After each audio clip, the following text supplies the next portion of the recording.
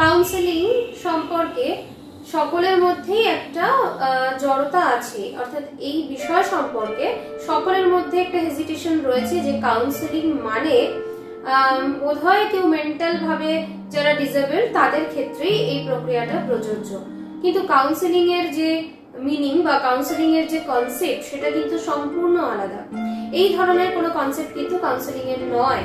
তার কারণ কাউন্সেলিং একটি কোঅপারেটিভ একটা প্রসেস, যার মাধ্যমে দুজন ব্যক্তির মধ্যে একটি কথোপকথন হয়, যার মধ্যে একজন ব্যক্তি ওয়েল ট্রেন্ড প্রফেশনাল থাকেন যিনি সমস্ত সমস্যা সম্পর্কে একটি সঠিক নির্দেশনা দেন, এবং আরেকজন ব্যক্তি যিনি থাকেন তিনি তার সমস্যা থেকে বেরোনোর জন্য একটি উপায় বা পথকে খুঁজে বের করার চেষ্টা করেন এবং সেক্ষেত্রে তাকে হেল্প করে কাউন্সিলর।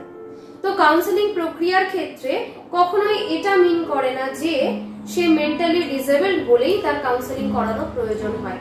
কাউন্সেলিং এর ক্ষেত্রে যে কোনো সমস্যার একটা সমাধানের পথ খুঁজে বার করার জন্য আমাদের একটি নির্দিষ্ট প্রসেস ফলো করতে হয়। কোনো কোনো ক্ষেত্রে আমরা সেই প্রসেসগুলো নিজেরাই ফলো করতে পারি বা নিজেরা বের করতে পারি, কিন্তু কোনো কোনো ক্ষেত্রে সমস্যা যদি খুব বেশি জোরালো হয় সেক্ষেত্রে আমরা পাজলড হয়ে গিয়ে সেই সমস্যা থেকে বেরিয়ে আসতে পারি না, এবং সেক্ষেত্রে কাউন্সেলিং এর দ্বারা উইদাউট মেডিসিন একটি নির্দিষ্ট ওয়ে আউট বের করা সম্ভব কাউন্সিলরের মাধ্যমে। কিন্তু যদি সেটা মেডিসিনের সাহায্যে আমরা বেরোনোর চেষ্টা করি সেটার ক্ষেত্রে আমরা মনে করতে পারি যে সেই মেডিসিনের হেল্প নিয়ে বেরোনোর থেকে মোটিভেটেড হয়ে বেরোনো কোনো সমস্যার থেকে অনেক বেশি প্রযোজ্য। তার কারণ যে কোনো ক্ষেত্রে মেডিসিনটা খুব একটা সুখদায়ক ফল দেয় না। ভবিষ্যতের ক্ষেত্রে যে কোনো ক্ষেত্রেই সেটা সাইড এফেক্ট থাকতে পারে, কিন্তু সেই মুহূর্তে হয়তো আমাকে সাময়িক পরিতৃপ্তি দেয়, কিন্তু আদতে আমার ভবিষ্যতের ক্ষেত্রে কিন্তু সেটা খুব একটা সুখদায়ক হয় না।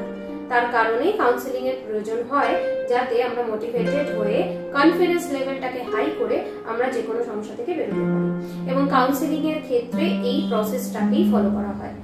সেখানে একজন অভিজ্ঞ কাউন্সিলর থাকে যিনি আপনার সমস্যা সম্পর্কে একটি নির্দিষ্ট ধারণা দেয় এবং সেই সমস্যা থেকে বেরিয়ে আসার ওয়ে আউটটাও সার্টিফাই করতে পারে। তো এর ফলস্বরূপ আপনি যথাযথভাবে আপনার সমস্যা থেকে বেরিয়ে আসার জন্য একটি পদক্ষেপ নিতে পারেন। এই জন্য একজন কাউন্সিলরের পরামর্শ প্রয়োজন হয়, এবং কাউন্সেলিং মানে কিন্তু পরামর্শ দান, অর্থাৎ আপনি কিভাবে পরামর্শের মাধ্যমে বা পরামর্শের ভিত্তিতে নিজেকে বের করে আনতে পারবেন সেটি একটি ওয়েল ট্রেন্ড প্রফেশনাল কাউন্সিলর আপনাকে গাইড করতে পারেন। এই ক্ষেত্রেই কাউন্সেলিং সবার থেকে আলাদা।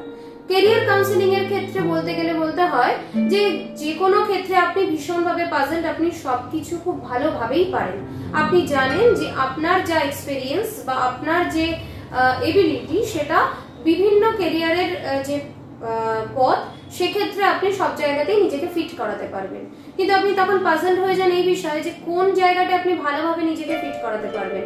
আপনি চিন্তা করে ভেবে উঠতে পারেন না যে কোনটা, আপনি ডিটারমাইন্ড হতে পারেন না যে কোনটা আপনার জন্য অ্যাকচুয়ালি প্রযোজ্য।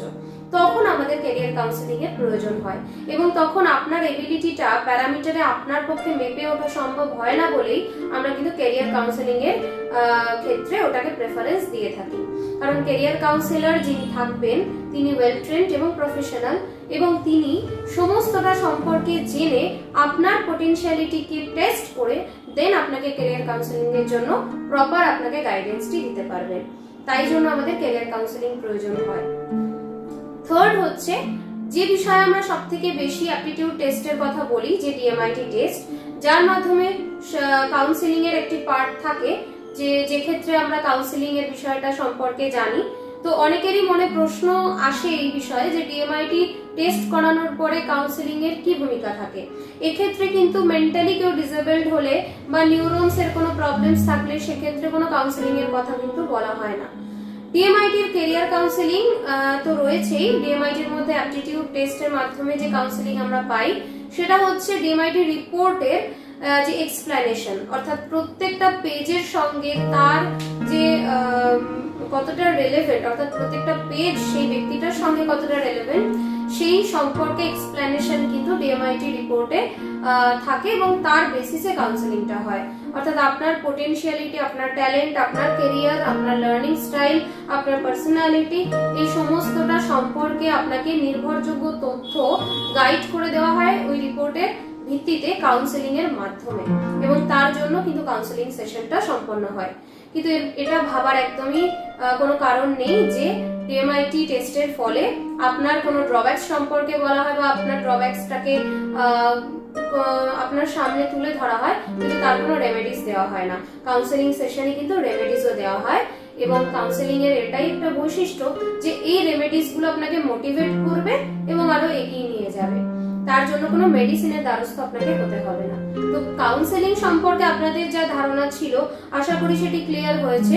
এই সম্পর্কে আরো বিশদে জানতে আমাদের ভিডিওগুলি দেখতে থাকুন এবং আমাদের সঙ্গে থাকুন।